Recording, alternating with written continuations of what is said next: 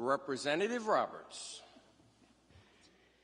I rise in opposition to this toll bill because I'm choosing to listen to the voice of my constituents.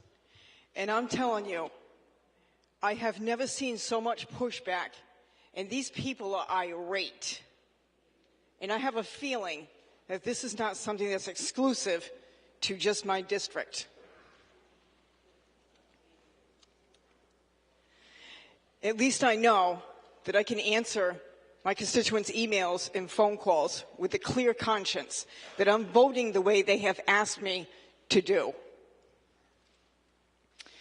Right now, we have a smorgasbord of taxes in Rhode Island, and this here is just another way to tax the people.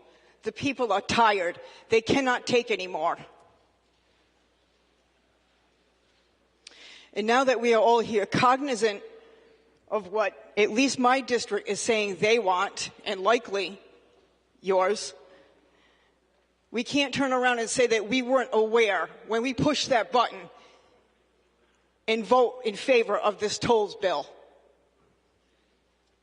They have already informed me that if I push that green button in favor, I can plan for my retirement. So I implore you not to vote in favor of this bill. Thank you.